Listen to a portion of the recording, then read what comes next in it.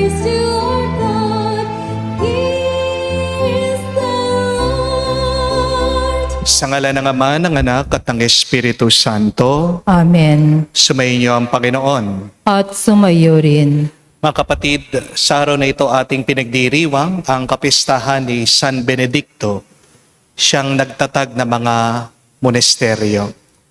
Pero kilala din natin si Saint Benedict sa kanya mga medalya. Dahil tayo din ay nananalangin, lumalapit sa kanya kapag tayo ay sinasapian ng mga masamang espiritu. Hilingin natin na ang panalangin ni San Benedicto hindi lang para tayo lubayan ng mga demonyo, ng mga masamang espiritu. Pero naway, ang masamang karamdaman din ay maalis na sa ating mga kapangangatawan para tayo ay muling lumakas. Pagpatuloy natin ang ating misyon dito sa mundo. At para tayong lahat po ay makitang karapat-dapat makatanggap sa mga banal na misteryo, hilingin natin muli ang awa at pagpapatawad ng Diyos. Inaamin ko Sa makapangyarihan Diyos at sa inyo mga kapatid, naglubha akong nagkasala sa isip, sa salita, sa gawa at sa aking pagkukulang. Kaya isinasamo ko sa mahal na Birheng Maria, sa lahat ng mga anghel at mga banal, at sa inyo mga kapatid, na ako'y ipanalangin sa Panginoong ating Diyos. kawan tayo ng makapangyarihang Diyos. Patawarin tayo sa ating mga kasalanan at patnubayan tayo sa buhay na walang hanggan. Amen. Panginoon, kaawaan mo kami. Panginoon, kaawaan mo kami. Kristo, kaawaan mo kami. Kristo, kaawaan mo kami. Panginoon, kaawaan mo kami. Panginoon, kaawaan mo kami. Manalangin tayo.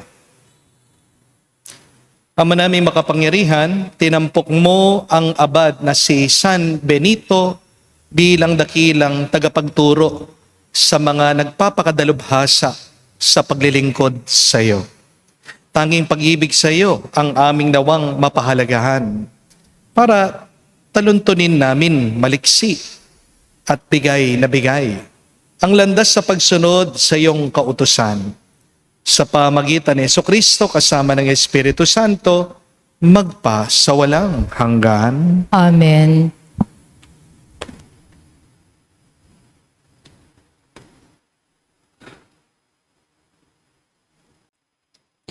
Pagbasa mula sa aklat ni Propeta Isaias.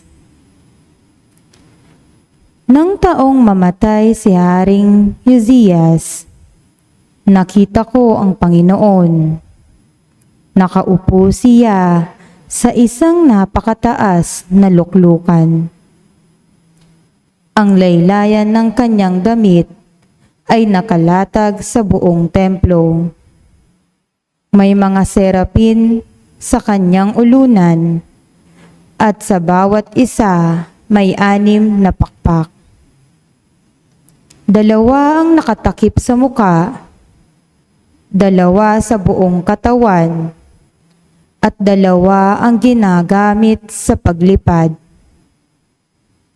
Wala silang tigil ng kakasabi sa isa't isa ng ganito: Banal, banal, banal ang Panginoong Diyos na makapangyarihan.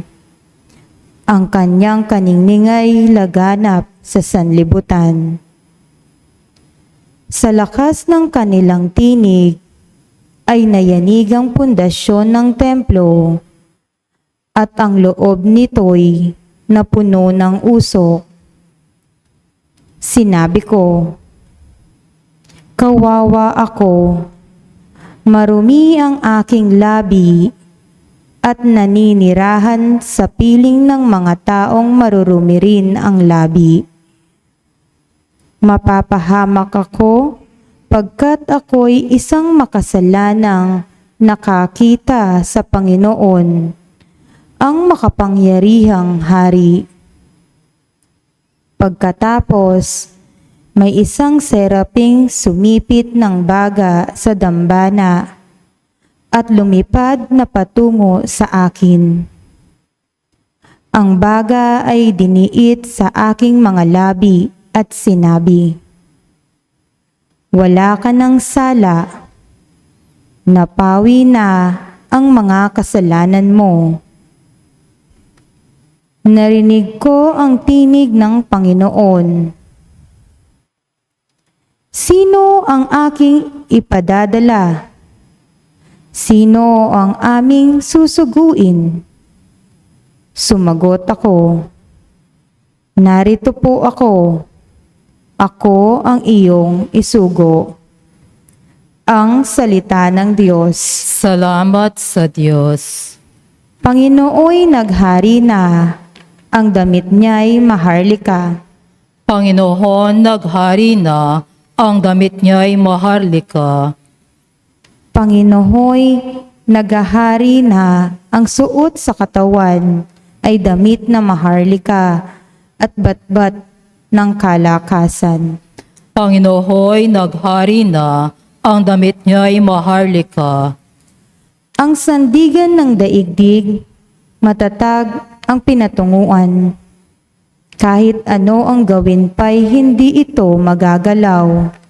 Ang trono mo ay matatag, simula pa noong una, bago pa ang ano paman, likas ika'y naroon na.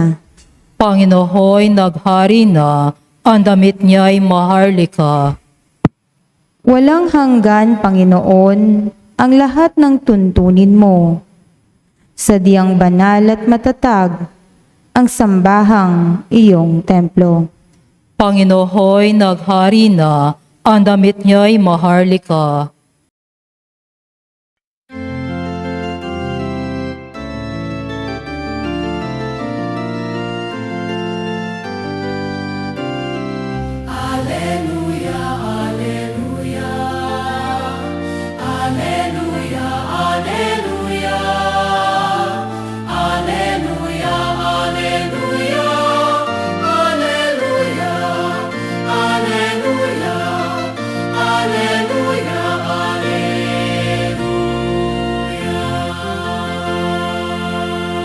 Hirap kaisa ni Kristo ay kapalarang totoo, kaloob ng Espiritu.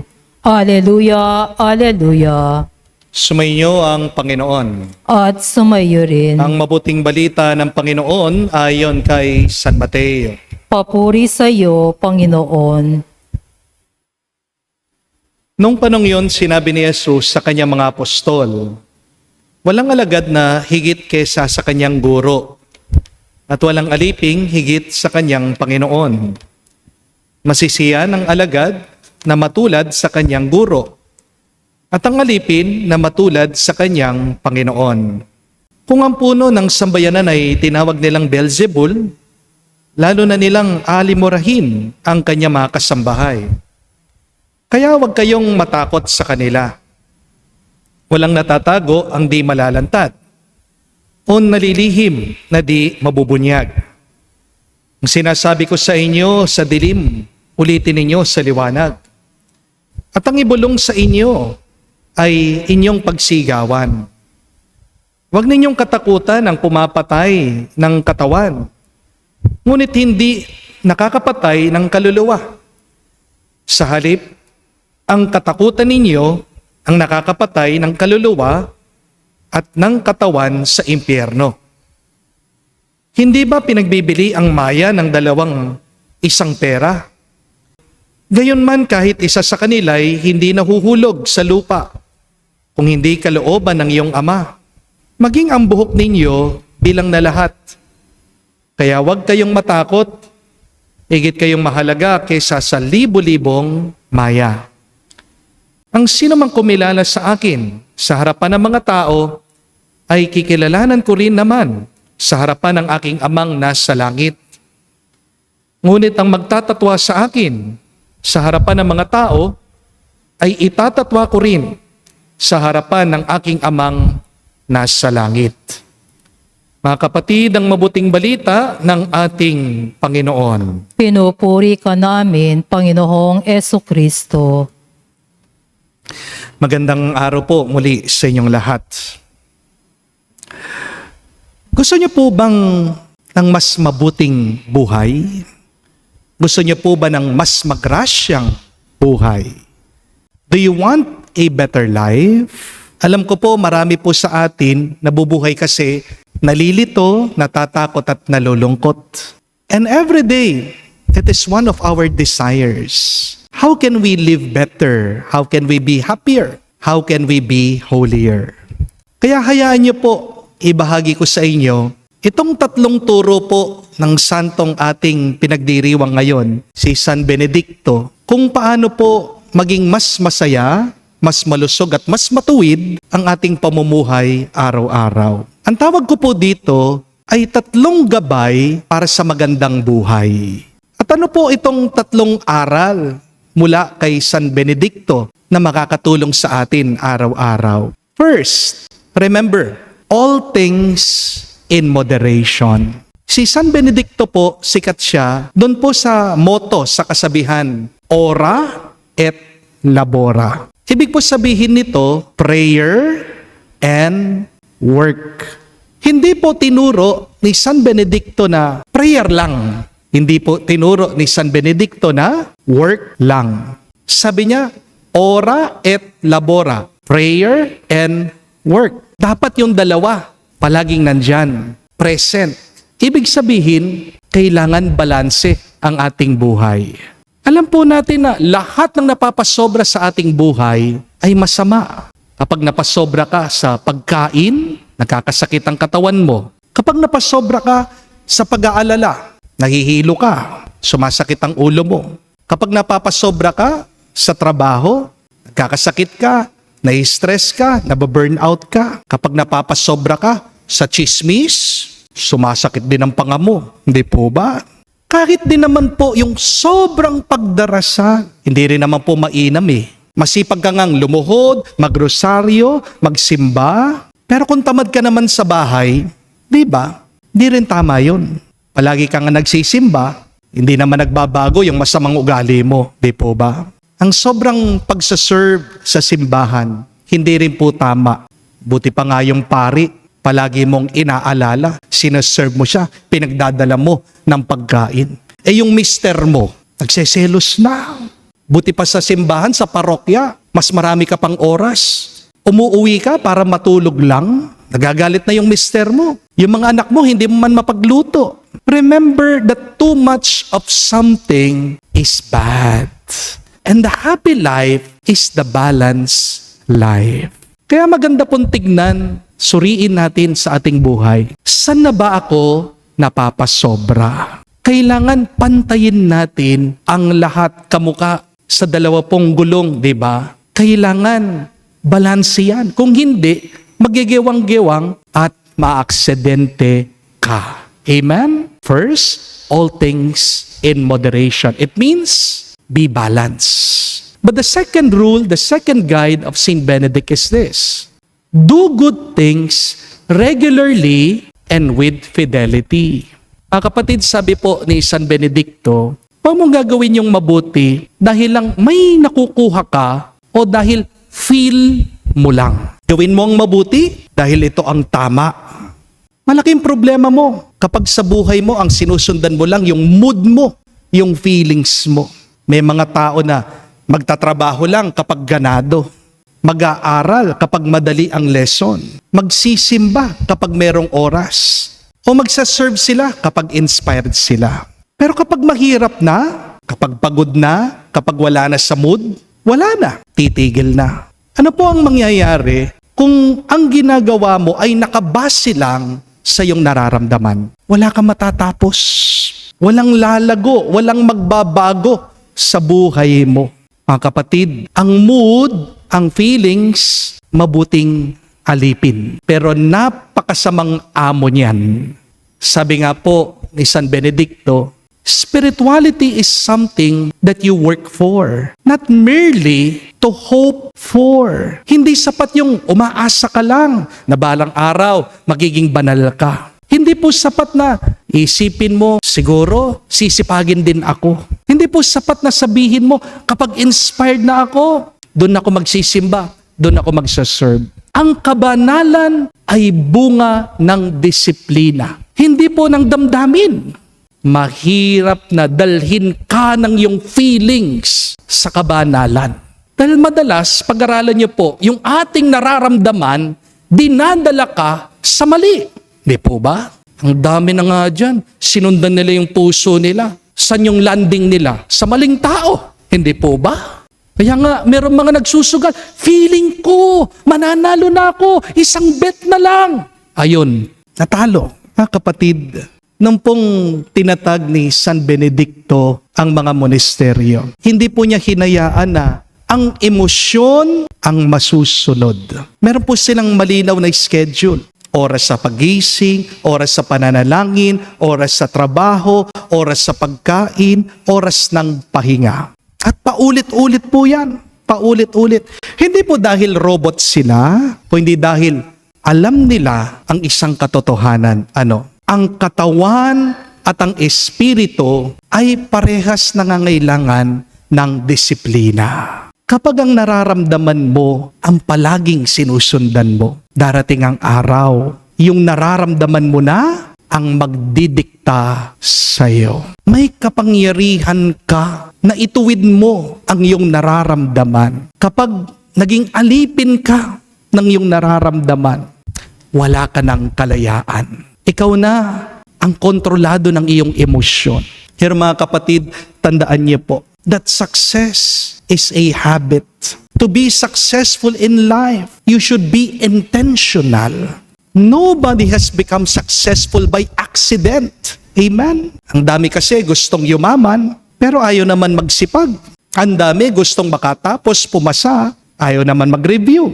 Gusto mo maging banal, pero 5 minuto pa lang ng pagdarasal, inaantok ka na, tinatamad ka na. Hindi po sapat yung nagwi-wish ka lang. Kailangan nagwo-work ka. Kahit po ang ating Panginoong Jesucristo, kung maalala nyo, ano po ang turo niya? By your perseverance, He will save your lives.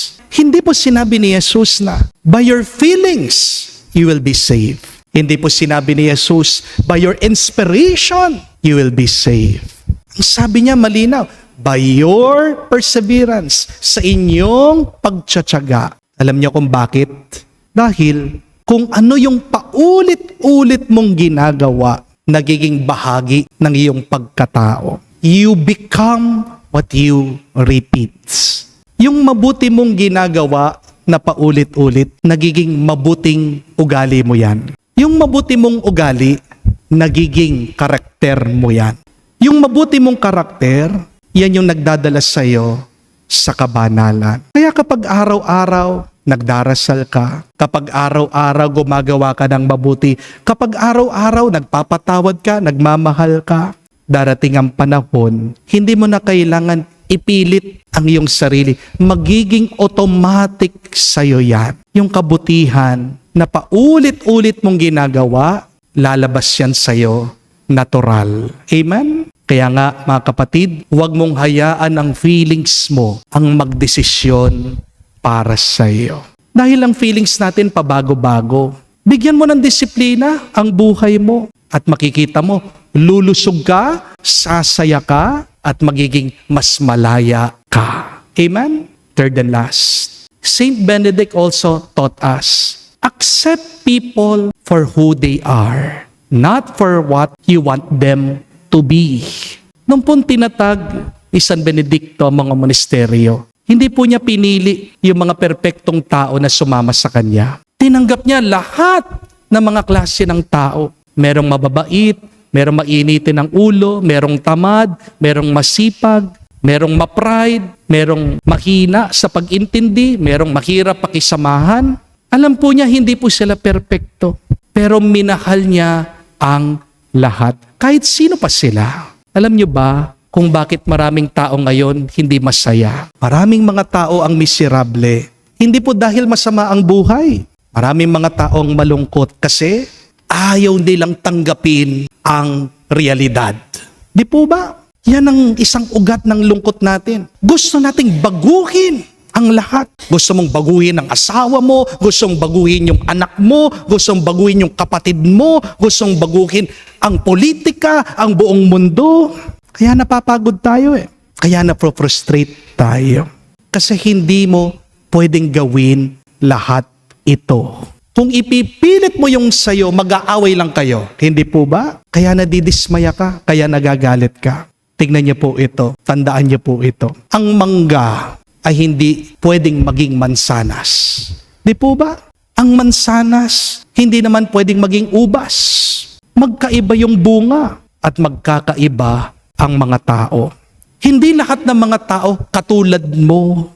Hindi naman lahat kaisip mo. Hindi naman lahat magpapakita ng pagmamahal sa paraang gusto mo. Halimbawa, meron pong mga ibang bata dyan, kabataan. Naririnig ko sila, minsan may nag-open up po sa akin, masama ang loob nila sa kanilang mga magulang.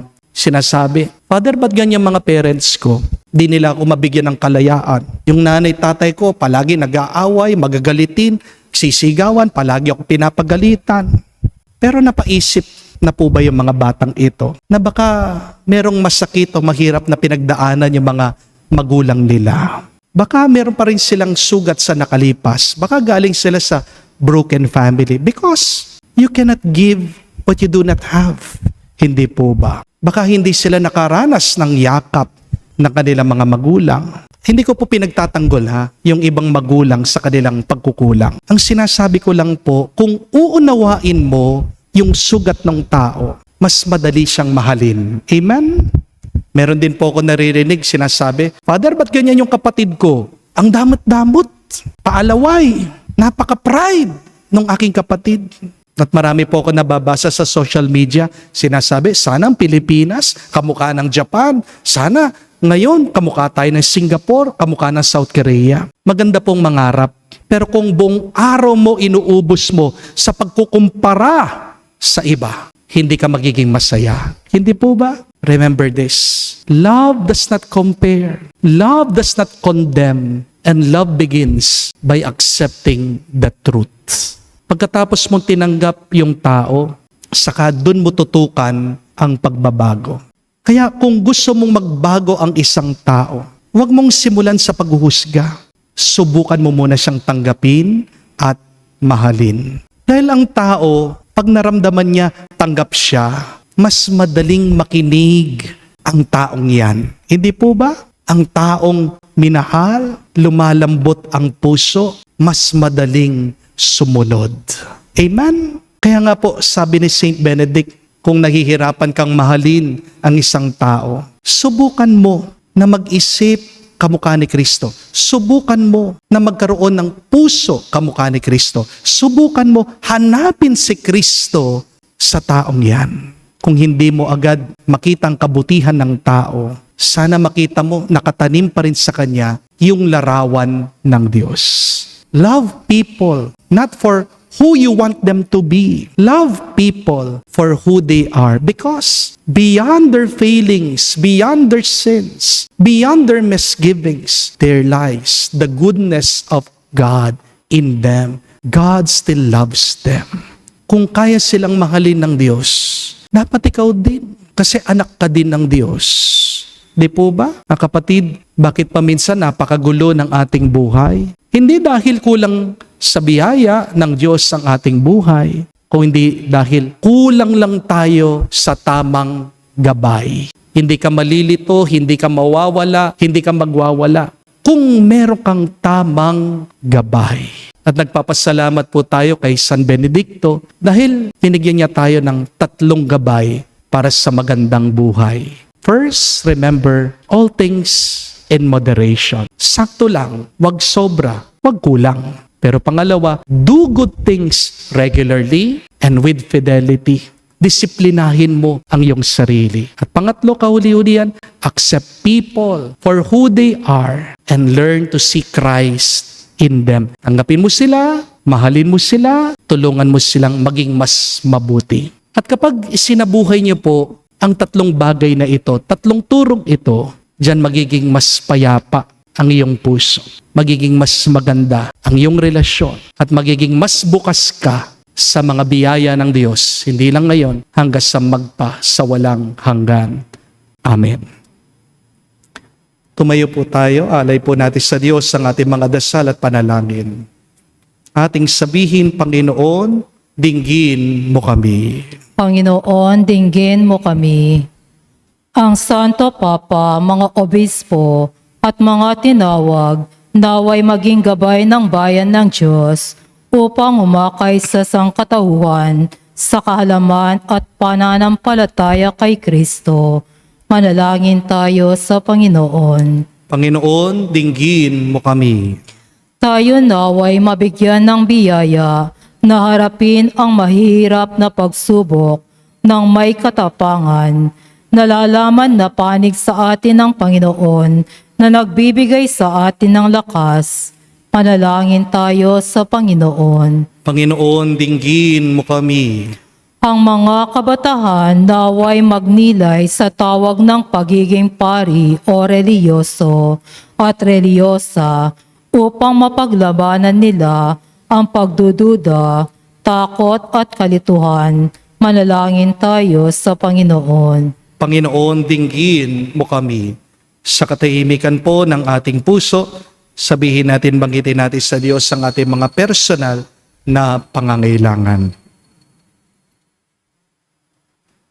Makalangit na Ama, pinaubaya namin sa iyo ang aming mga mithiin. Bigyan mo kami ng lakas makasunod sa iyo sa gitna ng mga pagsubok at paghihirap. Hinihiling namin ito sa pamagitan ni Kristo, aming Panginoon. Amen.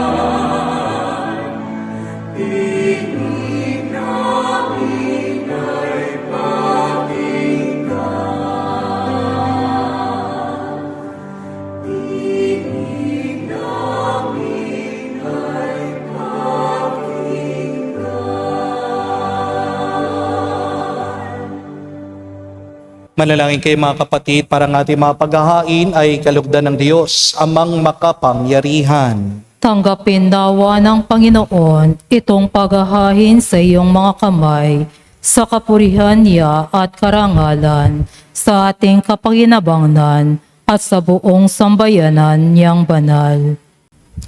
Ama naming lumika, sa paghahain namin ngayon, ginugunita si San Benito. Tunghayan mo ang aming mga alay at ipagkaloob mo na matularan namin ang kanyang mga halimbawa sa pagdulog sa iyo upang kami pagindapating magkamit ng iyong mga kaloob ng pagkakaisa at pagkakasunod at pagkakasundo sa paglilingkod namin sa iyo. Sa pamagitan ni Jesucristo kasama ng Espiritu Santo, magpa sa walang hanggan. Amen. Sumainyo ang Panginoon. Sumainyo at sumayo rin. Itaas sa Diyos sa inyong mga puso at diwa. Itinaas na namin sa Panginoon. Pasalamatan natin ang Panginoong ating Diyos.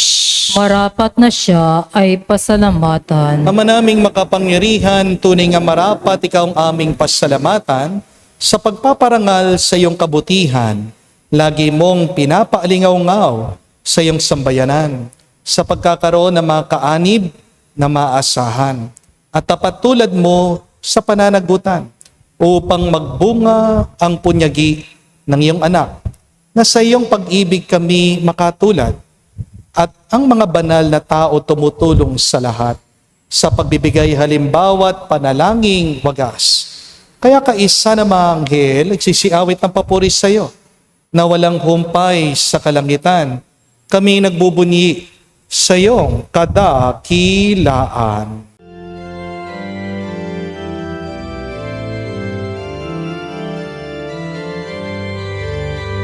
Santo, Santo,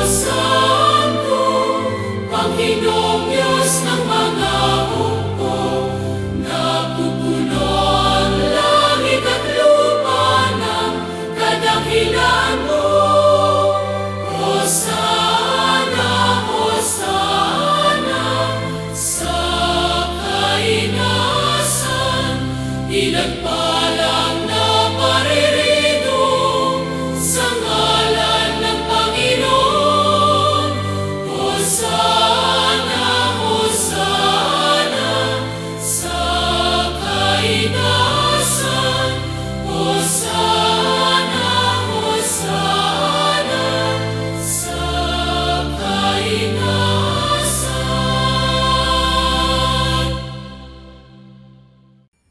Ama naming banal, ikaw ang bukal ng tanang kabanalan. Kaya't sa pamagitan ng iyong Espiritu, gawin mong banal ang mga kaloob na ito upang para sa amin maging katawan at dugo ng aming Panginoong Hesu Kristo. Bago niya pinagtiis ang kusang loob na maging handog, hinawakan niyang tinapay, pinasalamatan kanya, pinaghati-hati niya iyon, inabot sa kanyang malagad at sinabi, "Tanggapin ninyong lahat ito at kanin. Ito ang aking katawan na ihahandog para sa inyo."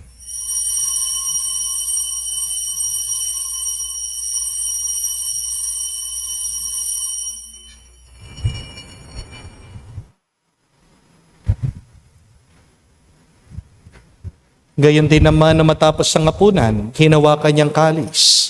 Muli kanyang pinasalamatan. Nabot niyang kalis sa kanyang malagad at sinabi, "Tanggapin ninyong lahat ito at inumin. Ito ang kalis ng aking dugo, ng bago at walang hanggan tipan. Ang aking dugo na ibubuhos para sa inyo at para sa lahat, sa ipagpapatawad ng mga kasalanan. Gawin ninyo ito sa pag-aalaala sa akin."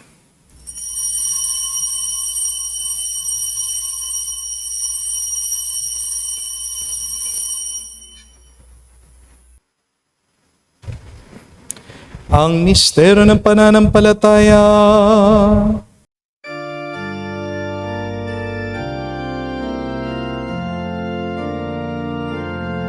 Si Kristo ay namatay, si Kristo ay nabuhay,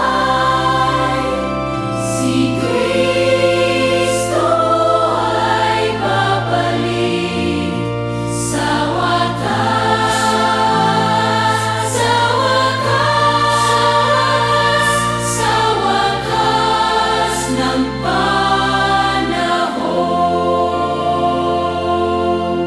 Ama, ginagawa namin ngayon ang pag-alaala sa pagkamatay at muling pagkabuhay ng iyong anak. Kaya tinialay namin sa iyong tinapay, nagbibigay buhay, at ang kalis sa nagkakaloob ng kaligtasan. Kami nagpapasalamat dahil kami yung minarapat na tumayo sa harap mo para maglingkod sa iyo. Sinasamo namin kami magsalo-salo sa katawan at dugo ni Kristo ay mabuklod sa pagkakaisa sa pamagitan ng Espiritu Santo. Ama, lingapin mong yung simbahan laganap sa buong daigdig. Puspusin mo kami sa pag-ibig. Kaisa ni Leon ang aming Santo Papa, si Florentino, aming Arsobispo at ng Tanang Kaparian. Alalahanin mo rin ang aming mga kapatid na nahimlay may pag-asang sila'y muling mabubuhay. Gayon din naman lahat ng mga pumanaw. Kawan mo't sila't patuloyin sa iyong kaliwanagan. Kawan mo't pagindapating kaming lahat, makasalo sa iyong buhay na walang wakas. Kaisa na mahal na Birhen Maria, Ina ng Diyos. Kaisa ni San Jose, ang kanyang malwalhating esposo. Kaisa ng mga apostol, lahat ng mga banal, na namuhay dito sa daigdig na kalugod-lugod sa iyo. May pagdiwang nawa namin ang pagpupuri sa ikararangal mo sa pamagitan ng iyong anak aming Panginoong Heso Kristo. Sa pamamagitan ni Kristo, kasama niya at sa Kanya, ang lahat ng parangal at papuri ay sa iyo, Diyos Ama, makapangyarihan, kasama ng Espiritu Santo, magpasawalang hanggan. Amen. Amen. Amen.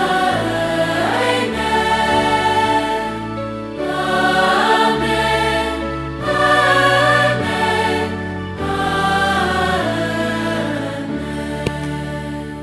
Sa nakagaling na utos sa turo ni Jesus sa Panginoon natin na Diyos, ipahayag natin ang lakas, loob.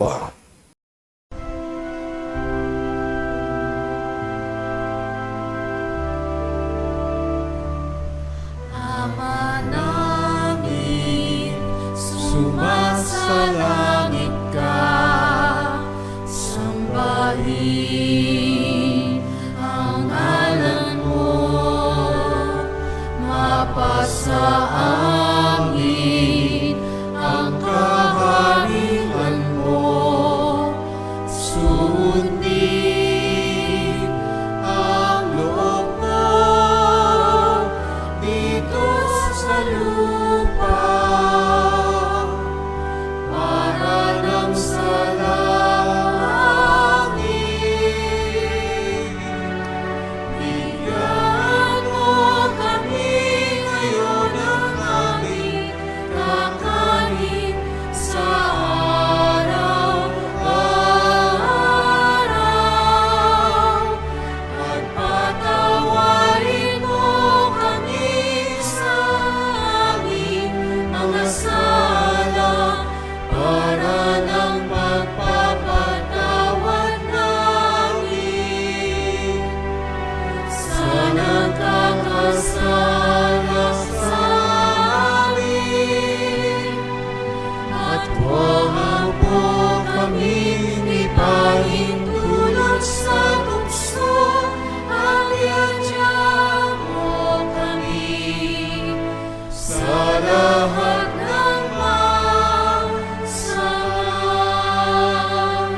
Hinihiling namin kami adya sa lahat ng masama, pagkalooban ng kapayapaan araw-araw, iligtas sa kasalanan, at ilayo sa lahat ng kapamakan, samantalang aming pinanabikan ang dakilang araw ng pagpapahayag ng tagapagligtas naming si Heso Kristo. Sapagkat iyo ang kaharian at ang kapangyarihan at ang kapurihan magpakailanman. Amen. Panginoong Heso Kristo, sinabi mo sa mga apostol, kapayapaan ang iniwan ko sa inyo, ang aking kapayapaan binibigay ko sa inyo.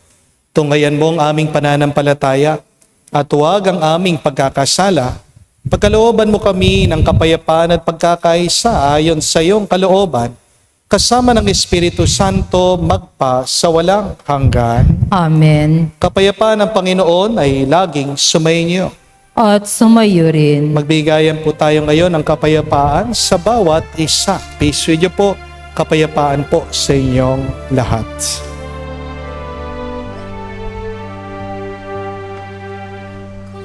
Kordero ng Diyos na nag-aalis ng mga kasalanan ng sanlibutan, maawa ka sa amin. Maawa ka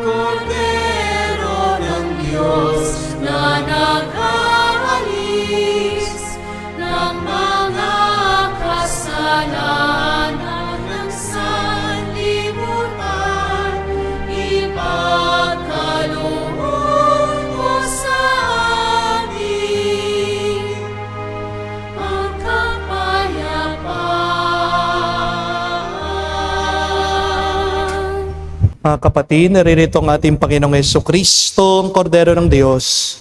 Siya nag-aalis sa mga kasalanan ng sanlibutan. Mapalad tayong lumalapit sa piging ng Kordero. Panginoon, hindi ako karapat-dapat na magpatuloy sa iyo, ngunit sa isang salita mo lamang ay gagaling na ako.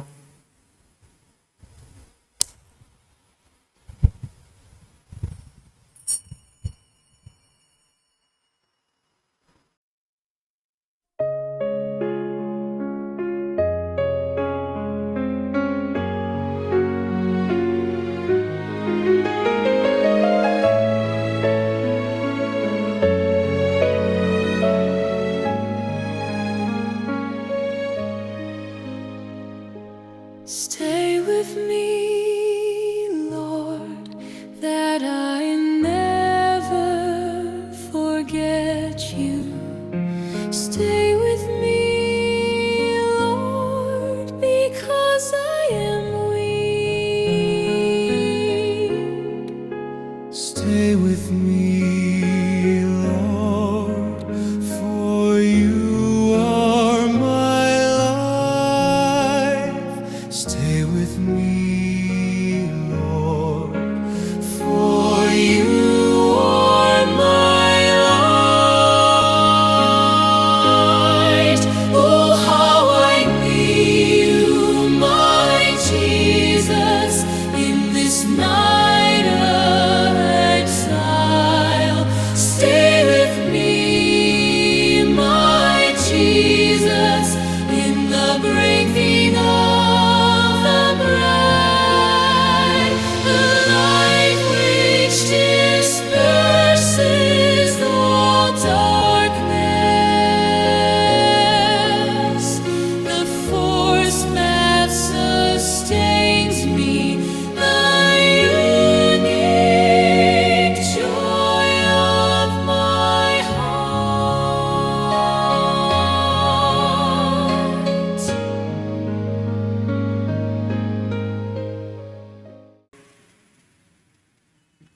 Manalangin tayo.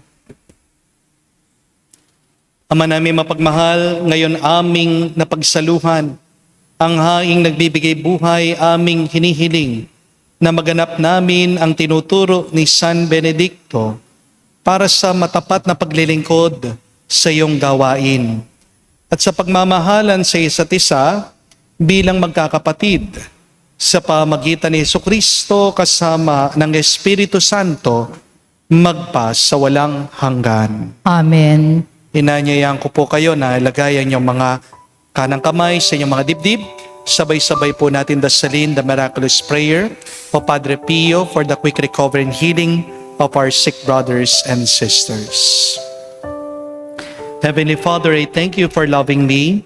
I thank you for sending your Son, our Lord Jesus Christ, to the world to save and to set me free. I trust in your power and grace that sustain and restore me. Loving Father, touch me now with your healing hands, for I believe that your will is for me to be well in mind, body, soul, and spirit. Cover me with the most precious blood of your Son, our Lord Jesus Christ, from the top of my head to the soles of my feet. Cast out anything that should not be in me. Root out any unhealthy and abnormal cells.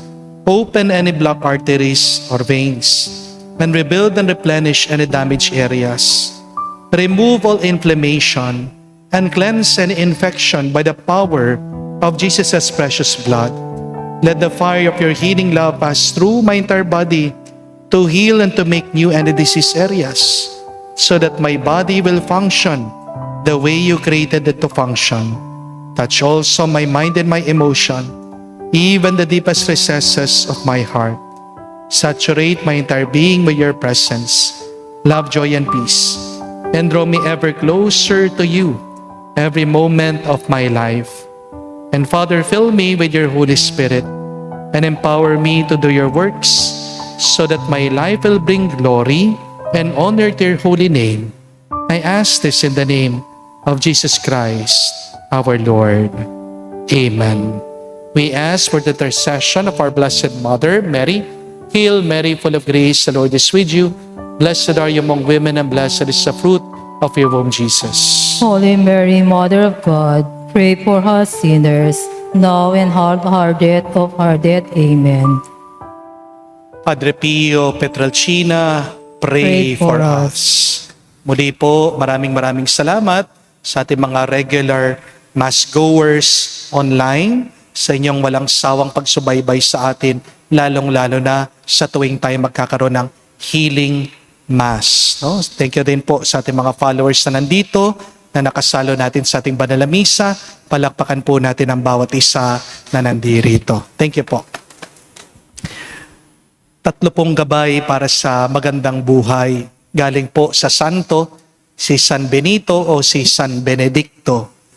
Una, tandaan niyo po, all things in moderation. Huwag ka lang magpapasobra. Tandaan niyo po, nung nasa disyerto ang bayan ng Diyos, kapag daw nagpasobra sila ng tinatagong pagkain, kahit yung pagkain yon nabubulok, nagkakaroon po ng molds, no? Tinuturo sa atin na hindi mabuti ang sumusobra minsan sa buhay. Sakto lang. Balanse.